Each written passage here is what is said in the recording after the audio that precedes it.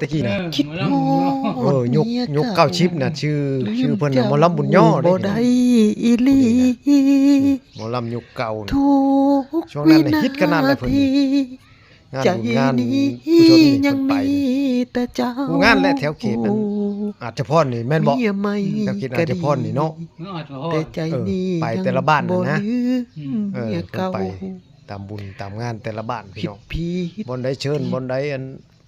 ม่วนใด เออ มีรับมีร้องเพลงนี่ก็รุ่นเก่านี่มาก นั่นเพิ่น ร้อง ได้ เพลงนี่ก็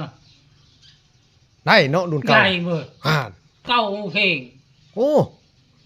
ยังได้อยู่บ่เดี๋ยวนี้ รุ่นเก่ายังได้อยู่ ลองเบิ่งดูพ่อใหญ่ ลองบ่ดู รุ่นเก่า อืมลองเบิ่งได้บ่จักก่อนจักใดนี่ เอ้ยเฮ้ยเพลงอยากเห็นคนฮักนี่ ฮ่าน อยากเห็นคนฮัก โอ้อยากเห็นคนฮักไผโน้ร้องตอนนั้นวะบ่ต้นฉบับน่ะไผบ่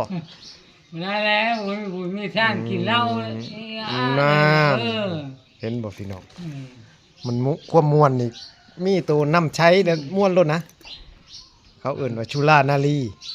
กินชุลาแล้วต้องมีนารีนํแม่นบ่ อืม คู่เคียงกันไปอ่ะยกเพิ่นยกม่วนยกนั้น